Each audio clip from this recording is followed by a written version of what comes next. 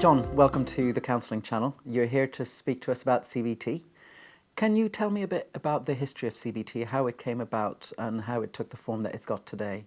Well, thank you very much for asking you. I'm really quite pleased to be asked because I think there are a lot of myths around what CBT is and what it isn't. And hopefully during this interview I'll dispel some of those. I think CBT in its present form began really in the 1950s with a couple of people, one called Kelly and the other one, Aaron Beck, who is perhaps more associated what we think of CBT today. And most of the early practitioners had trained as psychoanalysts and were becoming a bit disillusioned with the fact that theory didn't seem to match the clients they were working with. So they started to do some research. And primarily Aaron Beck was concerned with research into depression. And he began to develop his theories based on his research. And over the first 20 years of the therapy, it began to involve a lot of behavioural techniques.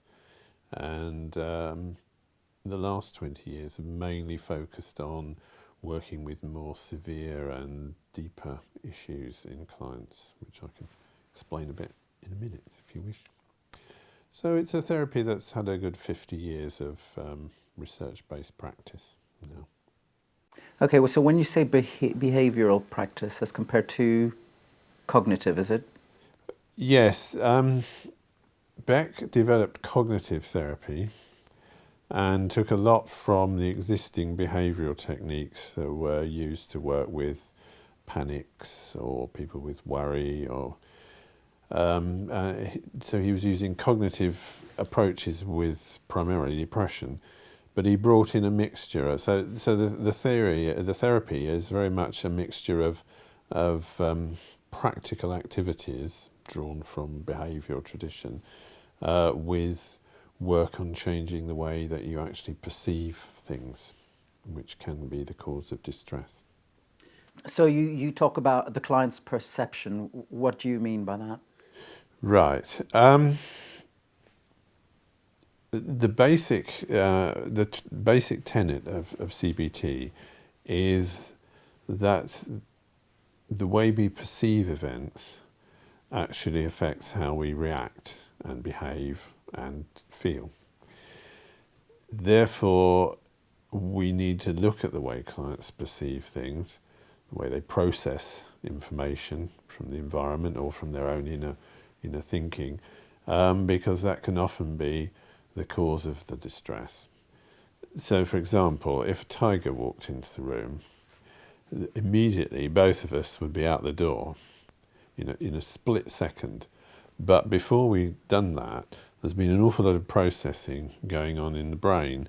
So first of all, you've had to perceive it, then you've had to recognise it, then you'd have to relate that to experience and or knowledge.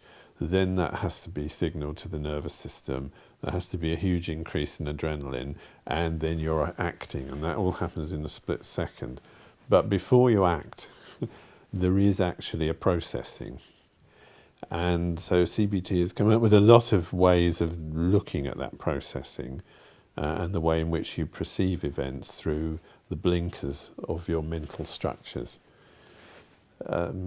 So, for example, this glass, if I drink some of it,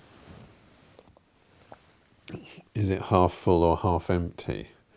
And depending on the day, you might say one or the other, and that would also relate to your mood and to your possible behaviour. And so, for example, depression would be that for a fortnight you've consistently seen that's half empty. I mean, it's more complicated than that. But the way you perceive something actually has an effect on your mood, your emotion, and then on your behaviour, and then there's a spiral of behaviour which leads you into something more clinical perhaps. So that's why I think perception is the key thing to CBT. And one of the myths is that CBT is only to do with rational and irrational thinking. That's not true. It's thinking or ways of seeing the world, or ways of perceiving it, and then ways of structuring it that don't actually fit with your current reality that might be causing you the distress. And the current reality is still real, but there might be alternative ways of perceiving it that make you less distressed, or give you less distress and more able to function with it. So perception is the key.